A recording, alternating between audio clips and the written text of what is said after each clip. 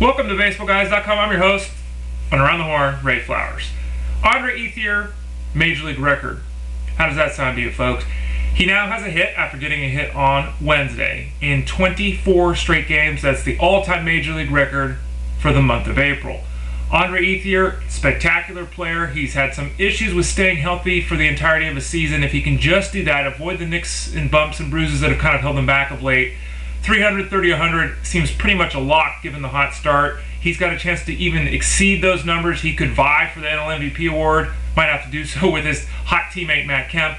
But Ethier, very stable, beautiful looking swing, has a great plan at the dish. He looks fantastic. He's locked in. That 24-game hitting streak is the longest in the National League since Ryan Zimmerman went for a 30-gamer in 2009, and it puts him just over the halfway point to the all-time National League record of 44, held by Pete Rose.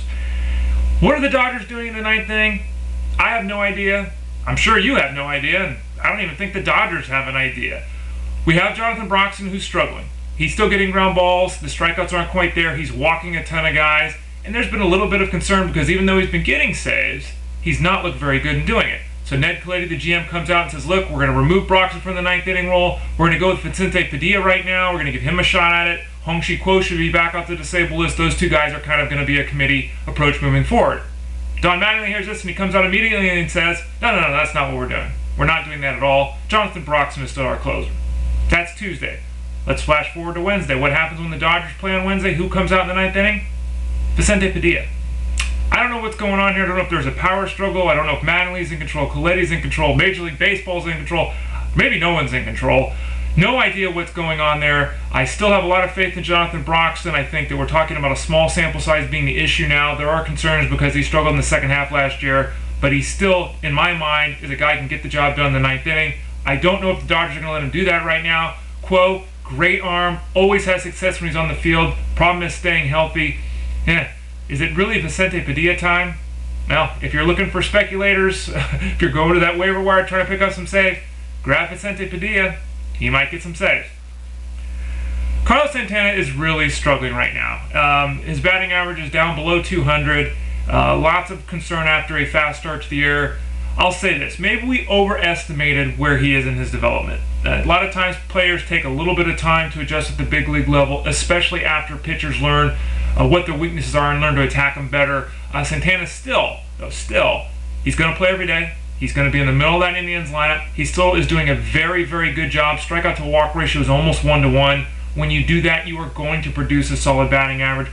Right now, he's hitting everything into the ground. Over 50% of the batted balls are going that way.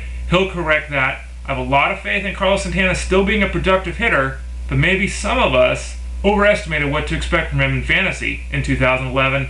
And then finally, two relievers. I want to talk about Andrew Bailey. Through 35-40 pitches today on the side, looking good. He continues to progress for the Oakland Athletics. Right now, we've got a situation where Brian Fuentes is working the ninth inning. He's doing a very good job holding down the fort, but Bailey continues to improve. All reports suggest that he'll be back in early May and get a chance to pretty quickly regain that ninth inning role if he continues to look as good as he is. And then David Aardsma apparently has come to an end in terms of his work in the minor leagues. He went out there last night, didn't have a great outing again, hasn't looked terrific in the minor leagues, but it looks like the Mariners are about ready to recall him. Brandon League has looked very good. I think Brandon League will hold on to that closer's job for a little bit of time, but the Mariners seem intent on putting David Aardsma back in that role as soon as he proves healthy and good to go. Aardsma, of course, has missed time so far this year because of the hip surgery he had. Not a huge fan of Aardsma. I think he's had a lot of success the last couple of years. Way too many fly balls, not enough home runs considering all the fly balls he gives up. Always has concerns with the walk. If you're holding on to Brandon League right now, continue to do so. If you're a David Aardsma owner, try your best to get Brandon League, because I'm not at all convinced that David Aardsma is going to go out there and be a great relief pitcher for the next 5 months. But it looks like the Mariners are going to give him a chance, probably starting by maybe even the end of next week. I'm Ray Flowers, BaseballGuys.com. Thanks for joining me on Around the Horn. Talk to you all again soon.